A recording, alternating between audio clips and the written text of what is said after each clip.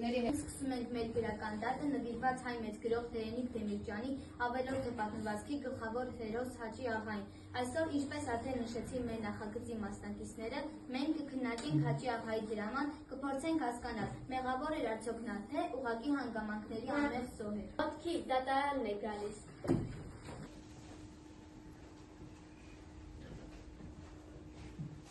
Դատական նիստը բաց է, ներկայացնենք դատական կազմը։ Դատավոր Ալեքս Ղազարյան, դատախազ Մարիամ Չավուխյան, դատախազի օգնական Նարեկ Շահնազարյան, հաստաբան Յանա Սիմոնյան, Անդամալուց քրոջը սրբունին անօգնական թողնելու փախուստի ճանապարհին վերջինիս ութականին զոհաբերելու մեղադրանքով։ Խնդրում եմ կողմերին լինել կոնկրետ, հիմնվելով պատմվածքի փաստերի վրա։ Մինչ մեղադրական և պաշտպանական ճառերին հասնելը դատարանը ցանկանում է լսել մեղադրյալին։ Հաճի աղա, մեղավոր եք զգում ձեզ, ձեր քրոջը սրբունին, թուրքական զորքի մոտենալու պատմին տանը թողնելու ոչ։ Ոչ, բանվարժան դորտարում։ Հարգելի դատարան, մեղադրական կողմը պնդում է, որ Հաճի աղայի մեղքը ոչ թե անգործությունն էր, այլ անմարդկայնությունը։ Նա անցավ մի գիծ, որից հետո մարդկային բարոյականությունը մահանում է։ Հաճի աղան, սիրելով միայն իր հարստությունը, հանգիստը և պատիվը կարող էր տեղ տալ սրբունին իր տանը, միայն այն պատճառով որոշները չբողոքեն իրենից, այսինքն նրա բարեգործությունը նույնպես ինքնասիրություն էր։ Իսկ փախուստի պահին նա գիտակցաբար սառնասրտորեն թողեց իր անդամալուց քրոջը, փողայրը փրկելով իրեն մցվածքը։ Նրա խոսքերը մարդասպանի սառնություն են։ Բերդ, որ պակսեցնես տղաքդ, ինչով պետք է պահես, աշխարհքո չվերացավ։ Դա ոչ թե սխալ էր, այլ կանխամտածված դավաճանություն մարդկային բարոյականությունը։ Մենք դատում ենք նրա գերակշռող եսասիրությունը, որը հանգեցրեց ողբերգության։ Նա գիտակցաբար թույլ չտվեց կնոջը և որդիներին օգնելու անդամալուց քրոջը, և նույնիսկ խղճի խայտ չզգաց, երբ վերջինս իրեն նվեց այնքան դժվարությամբ գործած գուլպաները։ Սա մարդկային տեսակի տարբերության մասին է։ Նա նույնիսկ փորձեր է ծաղրել ասելով, որ քրոջը թողնում է տապահատ, և գութ չունենալով հույսը դրել թշնամու գթասրտության վրա, որ կխղճեն և ձեռք չեն տա անդամալույցին։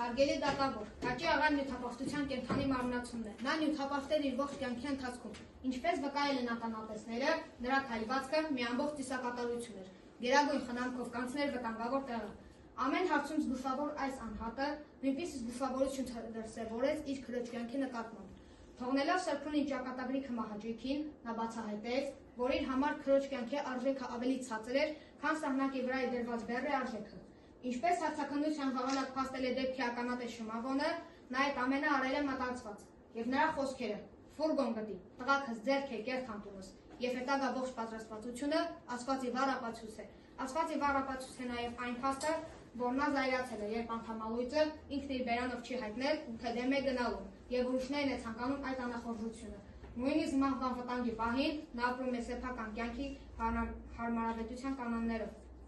Այսպիսով, մենք կարող ենք եզրակացնել, որ Հաճի աղայի ավելորդ լինելը նրա սեփական գերագույն եսասիրության հետևանքն է։ Այժմ միջնորդում եմ լսել մեղադրյալին։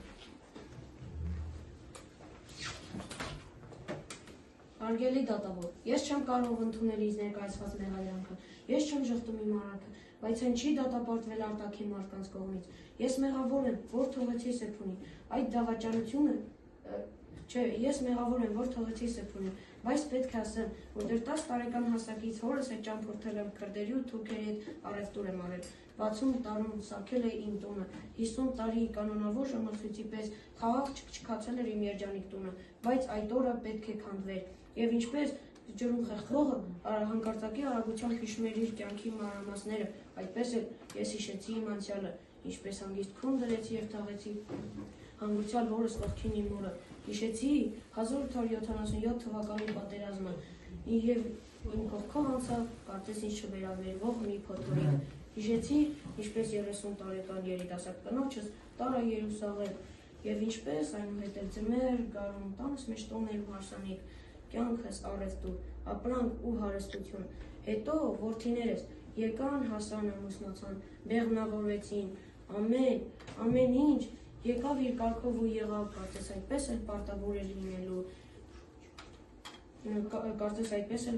էր լինելու, այդ պահին ես իրեցի ավեշատ իմ ունեցվածքը, քան իմ քրոջ կյանքը, դա ճշմարտությունն է, բայց իմ հոգին արդեն ազատ է, որովհետև ես հասկացա իմ մեղքը և փորձեցի փրկագնալ, ես ինձ դատապարտել եմ և ամեն օր ապաշխարել։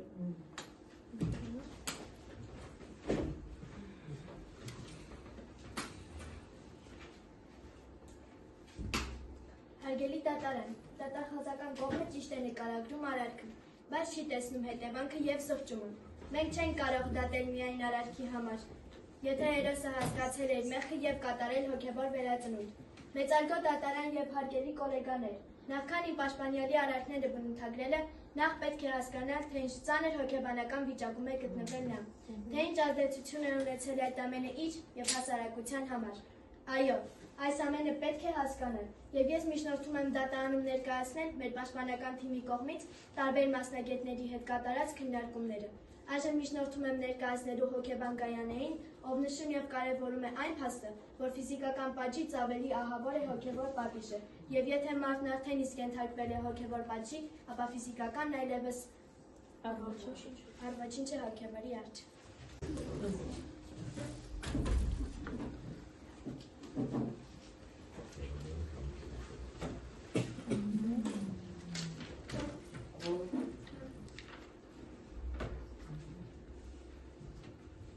Դատավճիռ հաշվի առնելով զղջումը։ Դատարանը խորհրդակցեց եւ որոշեց. մեղադրական կողմը հիմնավորեց Հաճի աղային մեղքը իդեմ քրոջ լքելու եւ նյութապաշտության։ Դատարանը գտնում է, որ Հաճի աղայի արարքը քրոջը մահվան դուռը թողնելը ծանր հանցանք է մարդկության դեմ, սակայն դատարանը լսեց նաեւ պաշտպանական կողմին եւ չի կարող անտեսել Հաճի աղայի հոգեվիճակը, խորին ու մշտական խռովքը։ Նրա հետագա ողջ կյանքը դարձավ անընդհատ տանջանք։ Նա ինքն իրեն դատապարտեց ավելի խիստ, քան մենք կարող ենք անել դա։ Նա հասկացավ իր մեղքը, որ մարդկային արժեքը գերազանցում է ունեցվածքի արժեքը։ Դատավճիռ։ Հաճի աղան ճանաչվում է մեղավոր, քրոջը թողնելու մեղադրանքում, սակայն հոգևոր արդարացվում է, հաշվի առնելով նրա կյանքի վերջին շրջանի տառապանքները, զղջումը եւ մեղքի փրկագնման փորձը։ Նա դատապարտվում է ոչ թե մեր կողմից, այլ իր իսկ կողմից։ Գործը համարում են